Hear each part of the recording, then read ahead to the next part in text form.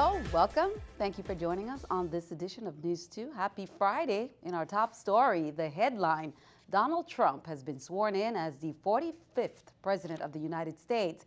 Here are the highlights from today's ceremony.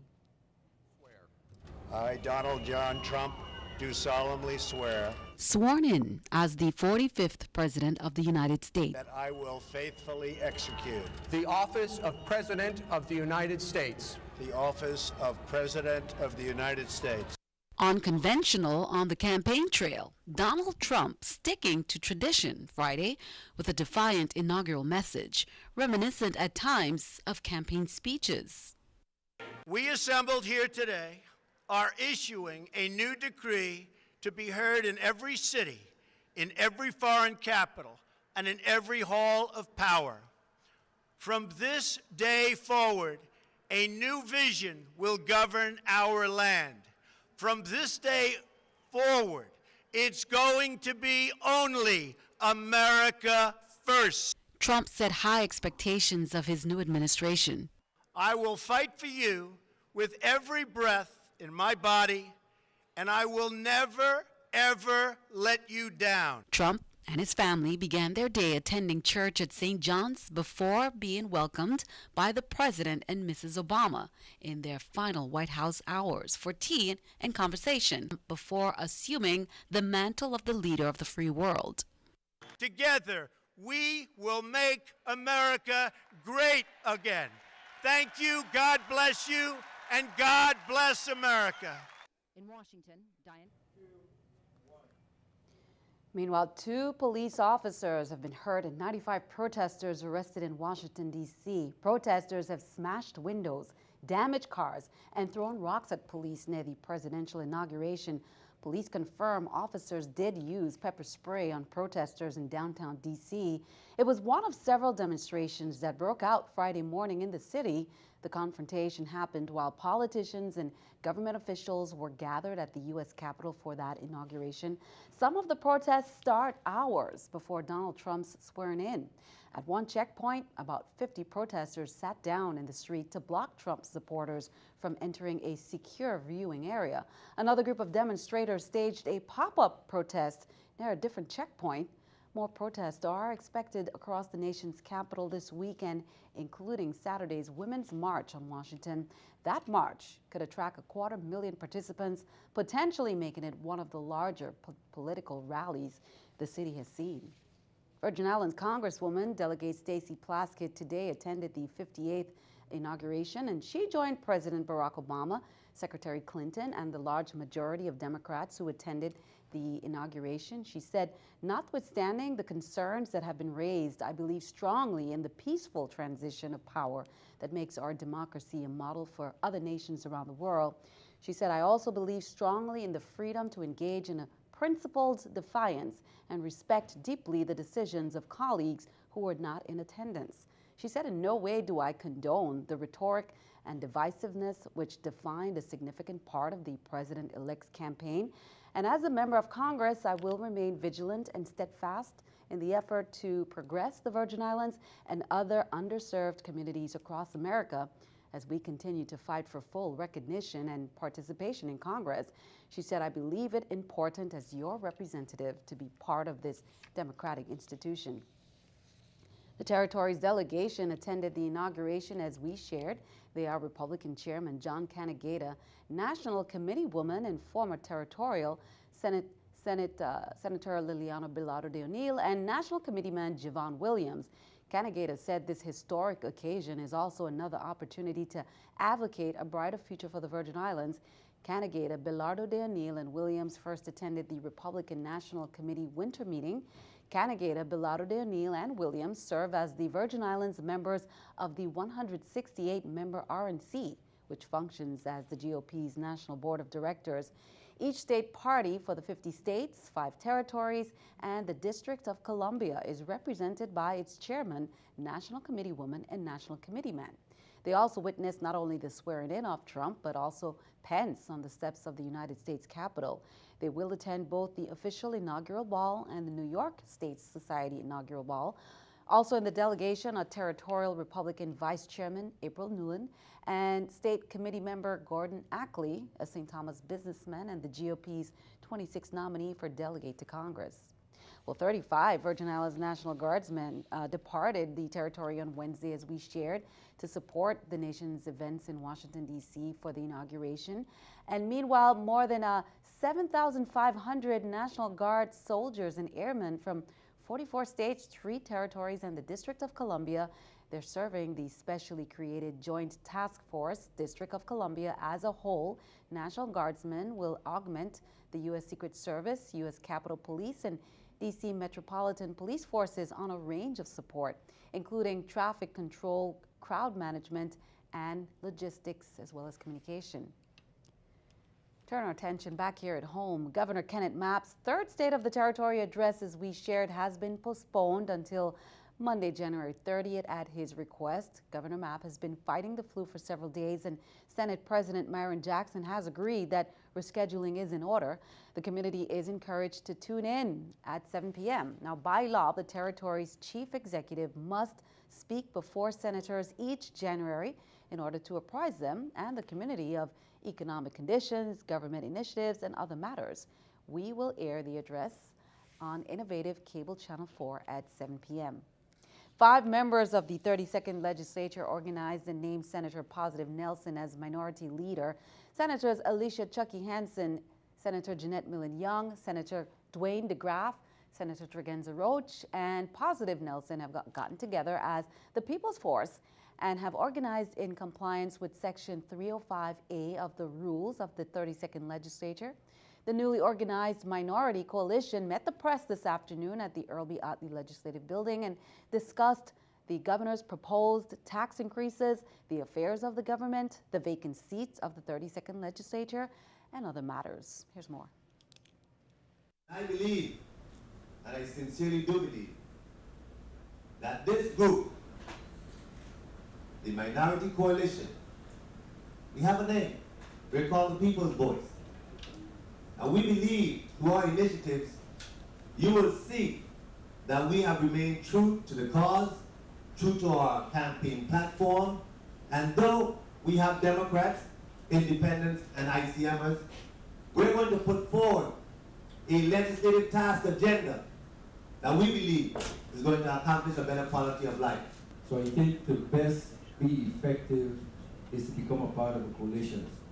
I stated my opposition to, if the majority said yes, we would say no. I didn't want that. If they have good points, we support. If they have points we don't agree with, we'll agree to disagree. That was what I want. But it's no joke. The educational system is broken. We have no hospital ambulance. Lisa St. Croix. So we have to change when we purchase certain things that we have no ambulances.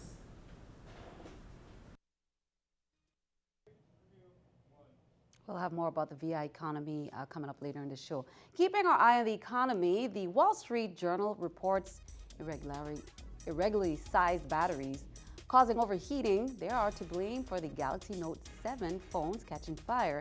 It also reports other battery problems were the result of manufacturing issues. The news comes ahead of Samsung's planned event in South Korea on Monday, which is Sunday night in the U.S. Samsung plans to reveal the results of a months-long investigation into why some Note 7 devices burst into flames while charging, but the journal, citing unnamed sources, is already reporting the results. Let's take a look at the New York Stock Exchange. The stock market watch, according to the numbers there, the Dow up 92, NASDAQ 15, S&P 500 up 7. Coming up on News 2, Rotary Rocks headliner Van Wilt stopped by our studios to share the message about the music to raise much-needed funds for organizations. That's coming up.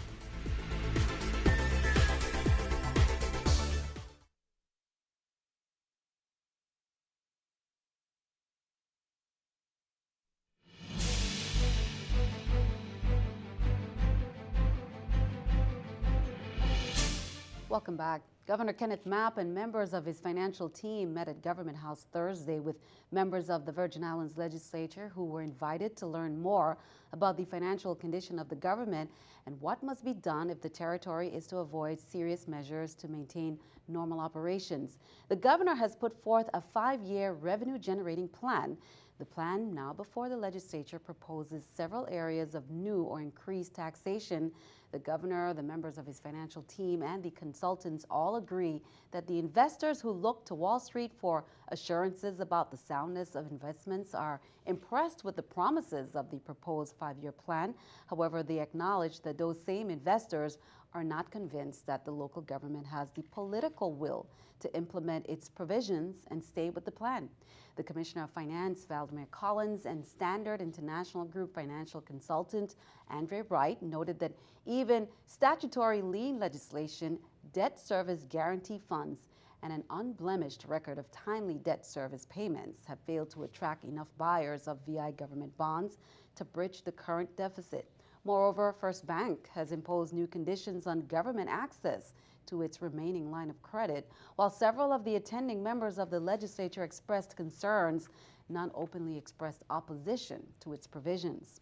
Meanwhile, Senate President Myron Jackson has responded to criticism that the 32nd legislature's first act in office was to break the law. According to headlines and repeated articles, he says in the Virgin Islands Daily News, he said the fact is that the gatherings were called by Governor Kenneth Mapp, and each senator was individually invited to meet in an informal manner with business leaders and selected government officials. No senator was compelled to attend, and as evidence of its informality, several senators did not attend, left early, or at the conclusion of the discussions. No decision was made or contemplated to be made at the end of the discussion, he says. The 3 senators who remained afterwards did not commit to support or endorse any matter discussed by the governor. And the business leaders in the presence of the legislature, Senator Jackson said, the paper's use of the term quorum portrays the senators as having met, participated in a roll call, established that a quorum was present, and that they began an illegal deliberative process, Jackson said. The fact is that it was a simple meeting. Turning to crime reports, the Virgin Islands Police Department arrested 40-year-old Oscar Eduardo Yesas Gomez of Hull Bay on Thursday. Here's more from VIPD. Officers from the Economic Crime Unit, ECU, arrested Yesas Gomez after he was positively identified as the person that assaulted the victim on December 29, 2016, while she was vacationing at a local hotel. The assault took place on the beach, and the victim sustained a broken nose, several lacerations to her face, and contusions to her jaw. Gomez was also arrested on January 15, 2017, for second-degree assault, DV, after he assaulted and strangled his girlfriend at their residence. Bail for Yesas Gomez was set at $25,000. Unable to post bail, he was remanded to the Bureau of Corrections pending his advice of rights hearing. If anyone has additional information regarding this incident, please contact the VIPD at 340-774-2211 or the Economic Crime Unit, ECU, at 340-774-3942. Virgin Islands National Guard, they're hosting a 3-day orientation course this week on joint force operations to prepare its guardsmen for an upcoming territorial exercise. The training, facilitated by a 5-member team from the U.S. Northern Command, began on Thursday, January 19th, at the Ving Joint Force headquarters in Estate Bethlehem on St. Croix. And the exercise will test the territory's ability to coordinate emergency response following a catastrophic event with military and federal partners and the private sector as well. Senator Clifford Graham bids farewell. He said it has been his esteemed pleasure to serve the people of the Virgin Islands for 2 terms as senator. He said, as you are aware, the Virgin Islands has been at a precarious financial state, and critical decisions had to be made to offset the residual effect of the recession of 2008, the closure of Hovenza, and high utility costs. As such, he said, I would like to extend sincere gratitude to all who supported the difficult decisions that he made with respect to these issues. He said, as your elected official, I found it prudent to lead the charge in providing programs to make our youth more competitive for tomorrow's global market. Senator Marvin Blyden attended a public meeting scheduled by the Administrator's Office regarding vehicle traffic changes that the Department of Public Works will be implementing next week, Tuesday, January 24th. Changes have been confirmed with Administrator Merwin Potter, Commander Penn, and Rowan Creaky. Some businesses on the western end of Main Street have been severely affected due to the ongoing construction project. And to remedy this problem, Public Works have agreed to allow a trial run of one-way traffic from the stoplight in front of the Market Square this coming Tuesday in hopes of increasing tourist traffic in the area where the Salvation Army resides. The one-way road will make available parking space for safaris and taxis to load and unload tourists that have disembarked from the cruise ships in Crown Bay and the Waiko dock. Innovative customers throughout the territory are being affected by a Sprint long-distance network outage that began on Wednesday, January 18th, due to a service outage originating in Puerto Rico on a high-level transport network. Customers using Sprint long distance to make calls to the USVI will be unable to complete their call. Innovative has been assisting the team at Sprint long distance to help them repair their outage. Innovative customers in the USVI using Sprint as their long distance carrier may experience some congestion on outgoing calls due to rerouting done by Innovative to restore temporary service until Sprint long distance can complete repairs in Puerto Rico. Customers experiencing interruptions are encouraged to call. WAPA's Executive Director Julio Reimer Sr. announced the extension of the potable water service to residents of Anna's Retreat Heights on St. Thomas. And he said WAPA will begin the installation of potable water services to residences located north of the hometown service station on Monday, January 23rd. Up to 80 homes will receive potable water service, and once this project is completed, through Friday, January 30th, crews will be installing both 6-inch and 4-inch PVC piping to facilitate the introduction of potable water service to Anna's Retreat Heights. Reimer cautioned that while crews are working, there will be a lane closure in the area and no parking will be allowed along the roadway. Residents are asked to remove all vehicles from the roadway prior to Monday, January 23rd. Here's an update. The air conditioning unit at the Charles Howard complex on St. Croix unfortunately continues to experience technical issues. The department will be open from 8 a.m. to 12, or they were open from 8 a.m. to 12 today. And on Monday, they will as well, January 23rd, until they are able to resolve the issue with the unit. The Department of Health on St. Croix closed at 12:30 p.m. on Thursday and granted administrative leave to the staff. However, the Maternal and Child Health Program, which is MCH, they held the scheduled Shriners Orthopedic Clinic today. We will have highlights from that event on Monday's newscast. USVI Department of Health's Zika surveillance report for this week shows an increase in positive cases reported among pregnant women. As we shared in last night's newscast, these 27 new positive cases are due to a 3-month lag in the reporting period, not a surge in new reported cases. The lab test used to confirm positive Zika infection can detect infections that occurred up to 3 months ago. The test itself takes several weeks to complete. The current breakdown of confirmed cases of Zika by island is 649 on St. Thomas, 215 on St. Croix, and 80 on St. John. Well, be sure to check out Rotary Rocks. A music fest will be ongoing on the lawn at Yacht Haven Grand this Saturday. The event starts at 2 p.m. and goes until 11 p.m. All proceeds benefit Rotary-sponsored youth projects. $10 donation at the gate gets you a free drink ticket, food and beverage available throughout the day. The event headliner, Van Wilkes, came all the way from Austin, Texas, and joined us at the studio. Here's more. First of all, I'm very happy to participate in this great event that benefits the youth of the island, and the Rotary Club is totally responsible for this. I've had the good fortune to play on your lovely island since the early 90s, off and on. You know, famous guitarist named Dave Mason, who wrote Feeling All Right, brought me down here the first time, and I'm from Austin, Texas, and it's just so wonderful to be able to travel and come here and play our Texas blues rock to the people of the Virgin Islands.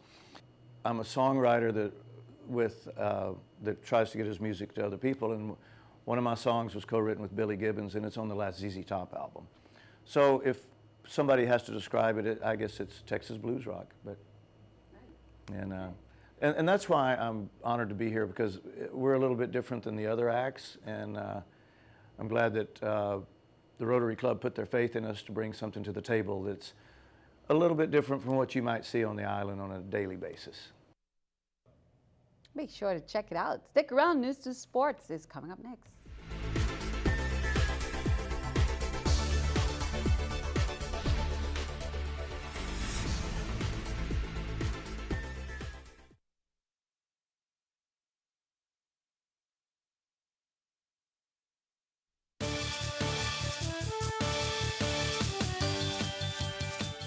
I'm Gary Anthony, and this is News2 Sports. It's Championship Sunday in the NFL. 4 teams, 2 games, with the winners moving on to Super Bowl 51 in Tampa. In the NFC Championship game, it's the Packers at the Falcons. Aaron Rodgers is so hot, our solar system should be orbiting him. He has taken an ordinary team and taken them further than anyone imagined. Now, the keys to the Packer victory are: they must control the clock and keep the Falcons' high-flying offense on the sidelines. Don't give up any big plays to the Falcons' offense, and stay within 1 score in the 4th quarter and let Aaron Rodgers do his thing. The Falcons led the NFL in scoring thanks to QB Matt Ryan. TD passes to 13 different receivers. That's an NFL record. They have a balanced attack and a scheme designed to confuse and take advantage of a defense's mistakes. And they get yards in chunks. The keys to an Atlanta Falcons victory are: pressure on Rodgers early in every play, and they got to get him to the ground. The defensive backs must stay with Packers receivers until the whistle blows, and they got to get ahead early and keep a 2-score lead in the 4th quarter. My prediction: Falcons are the better team, but Aaron Rodgers is too hot to stop. Packers win 35-30. The battle for the AFC Championship will be played in Foxborough as the Steelers visit the Patriots. Steelers running back Le'Veon Bell, the hottest player not named Aaron Rodgers, is averaging nearly 170 rushing yards per game in the playoffs. The Killer Bees, Bell, QB Ben Roethlisberger, and wide receiver Antonio Brown cranked out huge yardage in the victory over the Chiefs, but not any TDs, and they won with 6 field goals. That won't get it done versus the Patriots. Now, the keys to a Steeler victory are: no mistakes, no turnovers, no penalties, and no blown coverages. Their supporting cast members, wide receiver Eli Rogers and tight end Ladarius Green, have got to deliver. And finally, QB Ben Roethlisberger is 0-4 in Foxborough. Now, he has to take what the defense gives him and not force any throws. Tom Brady and the Pats did not play their best game in the win versus the Texans. Brady threw 2 picks. And in 12 regular season games, he only had 2 picks all year. Defensively, count on the Pats to go all out to stop Le'Veon Bell through delayed run blitzes and staying in their assigned gaps. The keys to a Patriots victory are: they got to protect Brady. They got to keep the pass rush out of his face. They got to contain Le'Veon Bell, not just as a runner, but as a receiver as well. And tackle, tackle, tackle. Bell and wide receiver Antonio Brown are deadly in the open field. My prediction? Well, Brady is 4-0 at home versus the Steelers, and 9-4 overall with 26 touchdown passes and only 3 interceptions. Now, as a Jets fan, my dislike for the Pats is legendary. But I see them winning 31-27. That's it for sports. Sandy, back to you. Thank you for that, Gary. Well, have a wonderful weekend. Before we leave, we want to remind you about the casting call. Accomplished Hollywood actor Suzanne Mari of Primetime Sports and Entertainment Company in Los Angeles. She held a casting call on St. Croix to film her new exciting groundbreaking pilot, Caribbean Queens. That casting will now be held on Saturday, January 21st on St. Thomas. The St. Thomas auditions will be held upstairs at Buckingham Mall Haven Site Conference Room, 12:30 to 2:30, and then again at 4:30 to 6:30. You can bring headshots if you have. They're specifically looking for Caribbean women that can portray 25 to 35 years, Trinidadian, Jamaican, Frenchman, Dominican, St. Martin, Puerto Rican, etc. A diverse group of Caribbean women. One character must sing and dance, so be sure to check that out. That is all for now. Thank you for joining us for all the latest. On behalf of all of us here at News 2, have a wonderful weekend.